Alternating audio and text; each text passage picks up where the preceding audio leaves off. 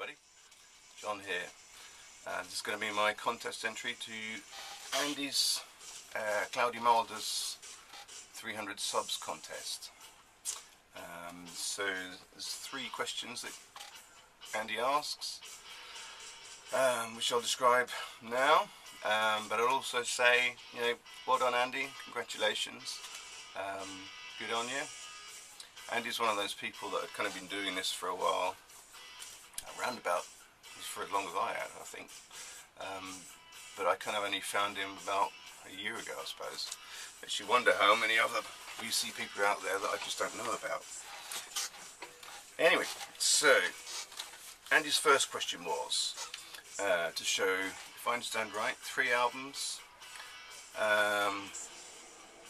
by bands that either have something 3 in the band title, or the album name, or a song, something to do with a record with 3. So I started thinking about that. The first one I came up with was Funboy 3, which I thought brilliant, that's good. The next one was 3 Dog Night.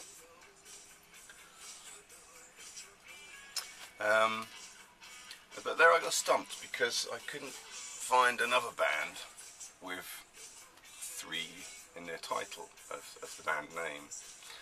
I don't have anything by the 3 Degrees, for instance. Sad as that is, but there you go. So what I'm going to do instead is go for 3 albums that have 3. So this is Sammy Hagar.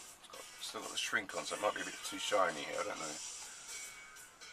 This is called 3 Lock Box.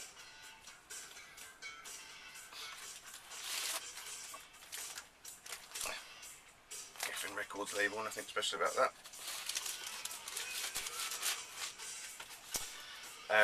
Then we've got 2 albums that have got the same name. Well, the first one I'll show is this one. This is the Power Station. Incidentally, that's what we're listening to now. This album's called 33 1/3. Really good record, this one. That's not to your taste, Andy, I don't know, but this was one of my routes into listening to rock music, because obviously they were sort of a side project of Duran Duran, so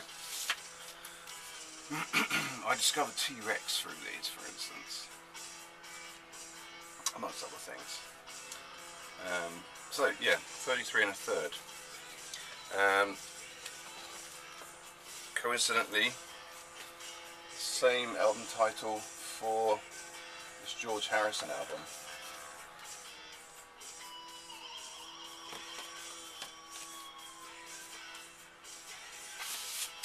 There you go, big and bold.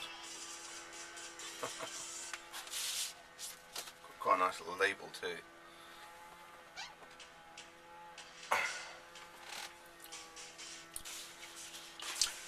And then the third one in that grouping is going to have to be this one. This is, take it out. You see that? 7 6 5 4 3 2 1. Blow your whistle. Gary Tom's Empire. This is really kind of funky stuff. Gatefold sleeve. Yeah, I mean, it sounds pretty much as the way you'd expect it. Really good record if you like this kind of stuff. Here are a few that I was about to show but I didn't. This is a little bit of a cheat, I guess, because it's not an album, it's an EP. By The Mission. They had 3 EPs, they were called 1, 2 and 3, so this is the 3rd one. But yeah, Bit Bop Boom has shown that already. I don't know if anyone's shown this one, Led Zeppelin 3. It seems a bit obvious, so I'm not even going to bother including that in my list. Dean has just shown this. There you go. Great album, this. Really, really good. Recommend this. Yeah, Extreme, they let themselves down with their ballads, but I guess that's where they made their money, perhaps, because people buy ballads, don't they? But the third section of this is really good. I mean, it's sort of really an extensive piece, very complex, not necessarily sort of heavy or hard, the third piece, but it's just the way it's kind of constructed and made is very, very clever. Recommend it. What else have we got here? Oh, then there was yeah, this one, and then there were three. I guess everybody's shown that one, so I'm not going to include that on my list. Okay, so the next question was to show three records, or three favourite records that were the third records by bands. Yeah, I managed to grab out four. So the first one was this, the third album by Twisted Sister, Stay Hungry. I've shown that quite a lot before, so I'm going to count that one. This one may be of interest. Vandenberg. It's an album called Alibi. It's the third album. Adrian Vandenberg, of course, is the guy that went on to play in White Snake. I'm not going to show you this. It's such a dusty record. Embarrassing. But it's just on Atlantic.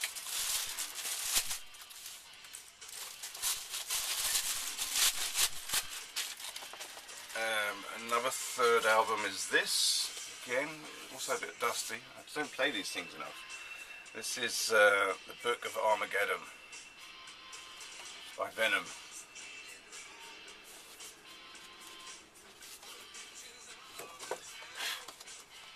There we go. There was a time when I would have been playing this kind of weekly, but like I said, metal records that I had seldom get a look in until I put them out the show. Then I get this kind of inkling feeling that, oh, I really should play that. It's the label. Neat records. And then the third one in that grouping is this one, the picture disc. I didn't ask for any picture discs, but it's the third album by Tank. And I don't have the album other than this on the picture disc. This Means War, it's called. I always think, you know, I quite like the composition of this picture. It's on the album cover. It's just so poorly rendered. But I suppose that was the spirit of the time, wasn't it, with, you know, the influence of punk on the new wave of British heavy metal, sort of do it yourself kind of thing. It looks like somebody quite literally has done it themselves with a biro. Still, good album. And then the third section was Andy asked us to show three albums by bands that were on their third lineup. So albums made by the third lineup of a band. Yeah, I was a bit silly about showing this, but because Dean's already shown this one as well, but wow, what the hell. Needs no introduction. Rust in Peace, brilliant album. Third lineup. Yeah, there you go. This is Saxon, their third lineup. Interestingly, I think about the first 6 or 7 albums by Saxon were made by the same lineup. This is just on Virgin.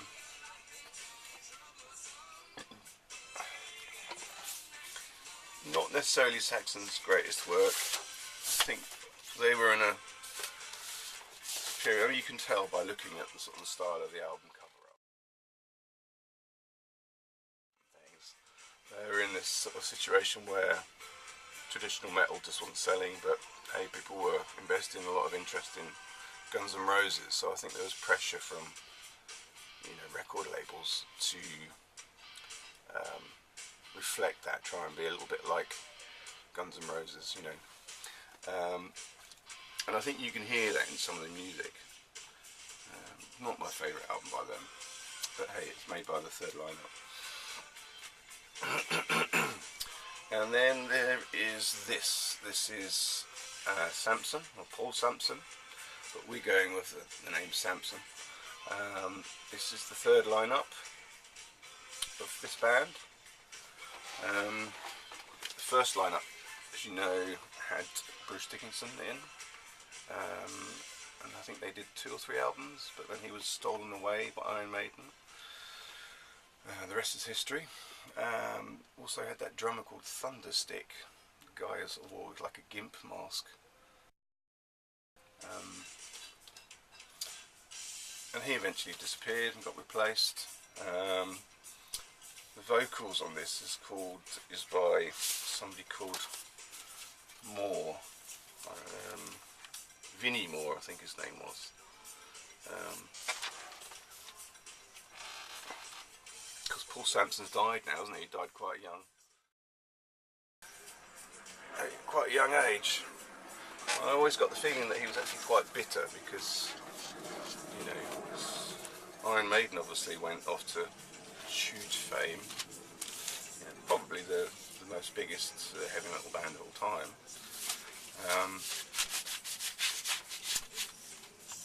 And when he died, he was still playing the pub circuits, which is a bit tragic, isn't it? It's a bit sad. I think he felt like, he didn't get the credit that he was due, and probably didn't. Anyway, Andy, thanks very much. I hope that covers all the questions. Yeah, this was fun. Maybe made me think a little bit extra hard. And from now on, I'm probably going to be stumbling across records that have 3 involved in them and thinking, oh, I could have used that one. Anyway, thanks very much for watching. Check out Andy's Cloudy Mulder's channel if you haven't already done so. And okay, rock on.